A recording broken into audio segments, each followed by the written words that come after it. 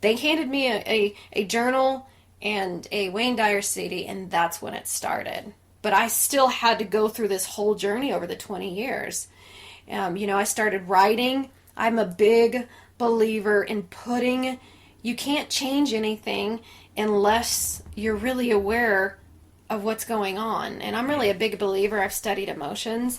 Writing your emotions down on paper in a journal, you don't know what you're doing until you become more aware of your thoughts. So start by writing. I do a lot of journaling. I started journaling 20 years ago. Journal.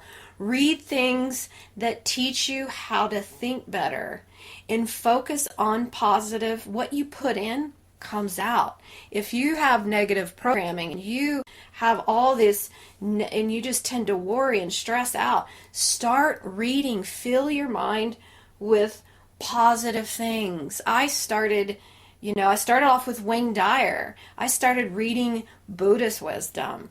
I went to church.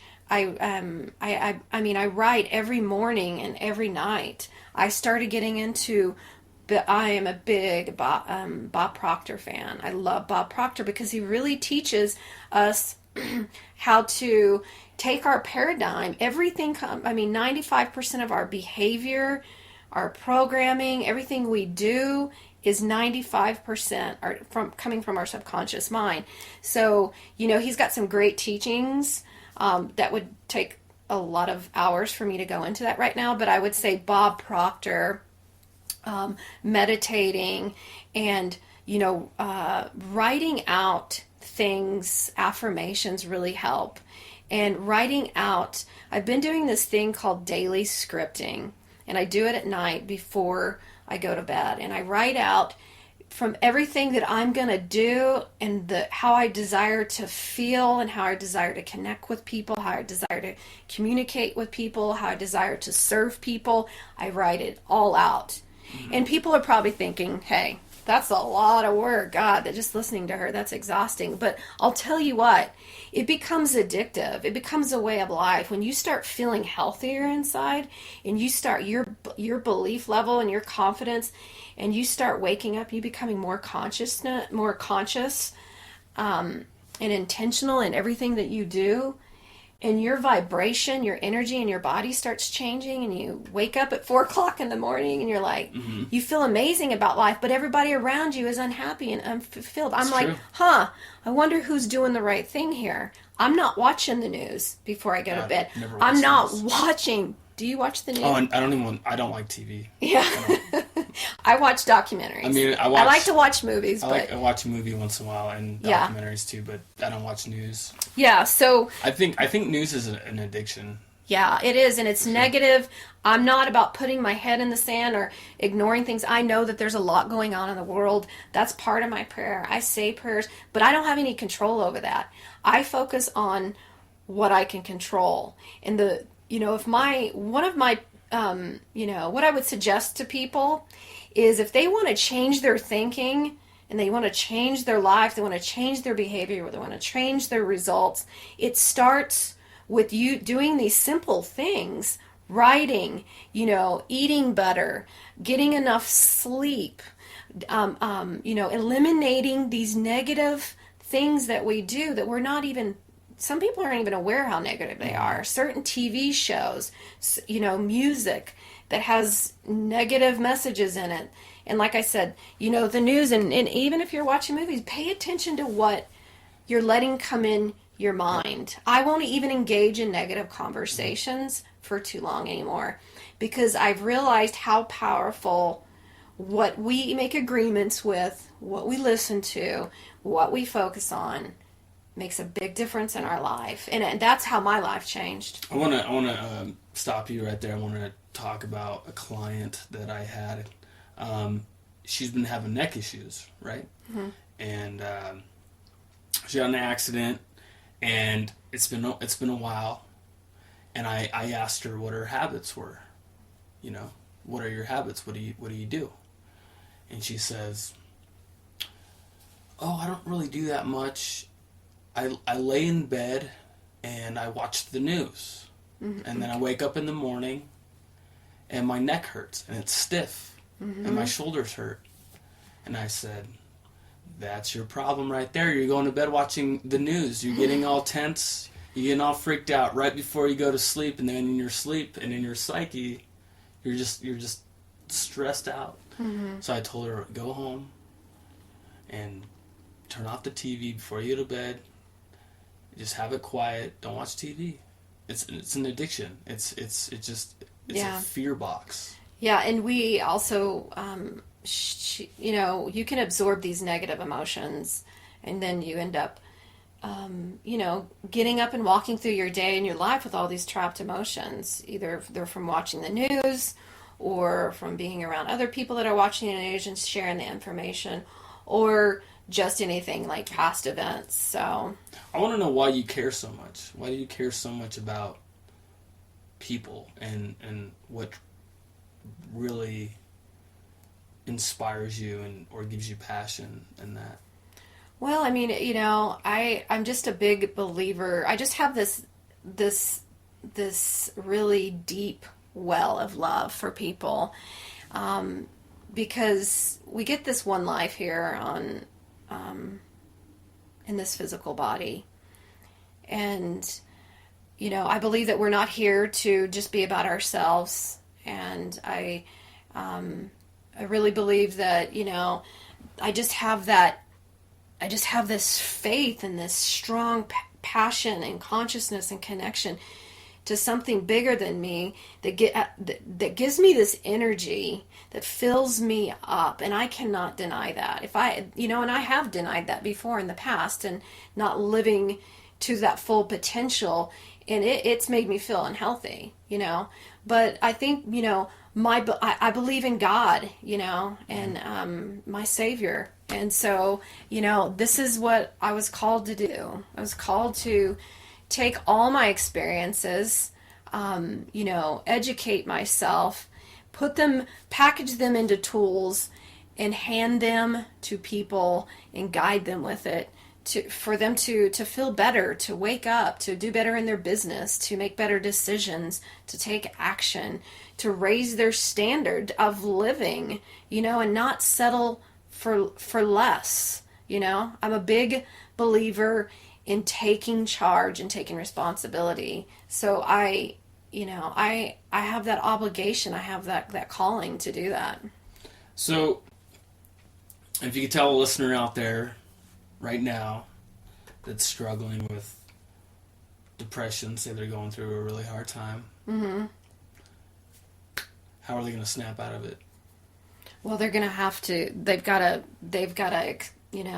acknowledge that's what's going on. Obviously, they got to have a desire to want to overcome it. They have to have a strong desire. People really have people say they want something, but that's not enough to move them forward. You have to change your language. You have to be really, really aware of, am I, for me, when I hear people tell me things like that, like they struggle with depression or they struggle with anxiety, I always hear that, and I hear what they're saying. I have compassion for them, but it takes a level of, rising above, having the desire, and taking that first step, of taking responsibility for it. Do you think that a lot of people use depression or anxiety or even disease as a crutch to why they can't progress? Absolutely. Do you think it's almost like an addictive, almost like a drug? I think you get addicted to your state? Yeah, absolutely. So there are people out there that get addicted to their emotions. I mean, I don't know if you've ever seen that show, What the Bleep. But they talk. Would you call me? What the bleep? Yeah. And Dr. Joe Dispenza, I don't know if you've ever heard of him. I've read a lot of his stuff. I've done a lot of his training. That's really helped me a lot. So I definitely encourage people to read his books. He's got great meditations and how to change your brain, change your thoughts. And it's really about, when it really comes down to, like I said, just making the decision to do it, and teaching people that, really all the results, everything you're doing comes down to your thoughts and your emotional state. Your emotional state dictates everything you do. And I'm highly motivated and driven to have control over my emotional state every day, because I learned this last year through a lot of stuff that I'd been learning, that I can have all the discipline in the world, but the most important thing is my energy, and my emotional state is going to dictate everything I do and my results and my decisions. So I like the words emotional intelligence. Yes. And just, I'm a musician, so a lot of people say, how did you get so good? And I say, I practiced. And I think that goes for anything. That goes for your emotional state. You have to be aware, and you have to practice. You have to practice being happy and right? It's something, yeah, absolutely. It's something you put effort into every day, but there's also a part of it that we just choose to be. It's a choice. It's not something we look for or we go after. It's something that we choose to be within us every day. You make a decision to be happy. You decide to be happy. And of course, there are things you can do and think and take action on. There's a lot of things you can do to be a happier human being. Some people can be part of our happiness by helping them and having a relationship with them. But our full, real, true happiness is just a decision we make every single day. The people around us are just an extension of our happiness, because it's not like if they go away, then I'm not happy anymore. That's giving your power away. Yep. So true, powerful happiness is something. Hey, that's something I woke up today and just decided I was going to be, no matter what's going on. Even if got a lot of stressful situations going on, got a lot of things going on, you must decide to be happy.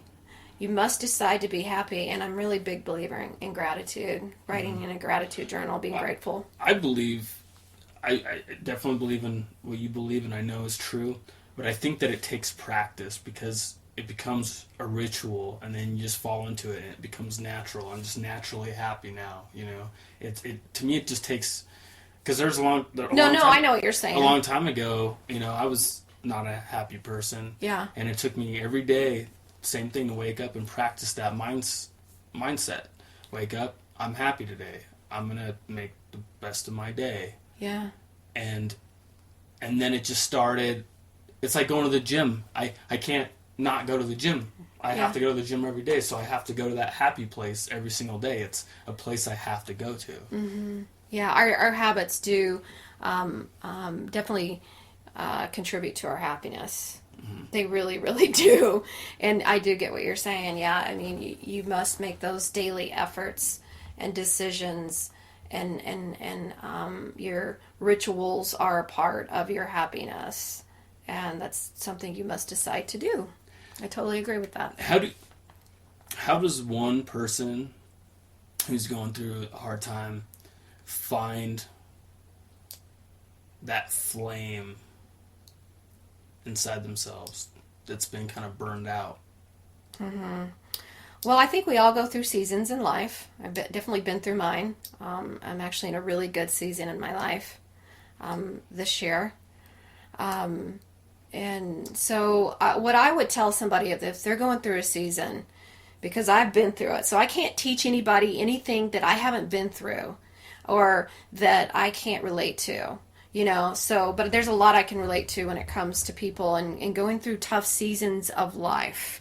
So feeling that way would be, you must keep going, and you have to let that hard time that you're going through fuel you. That's the whole purpose behind this podcast and using this as a tool, is to teach people that no matter what you're going through, because it's not always going to be good.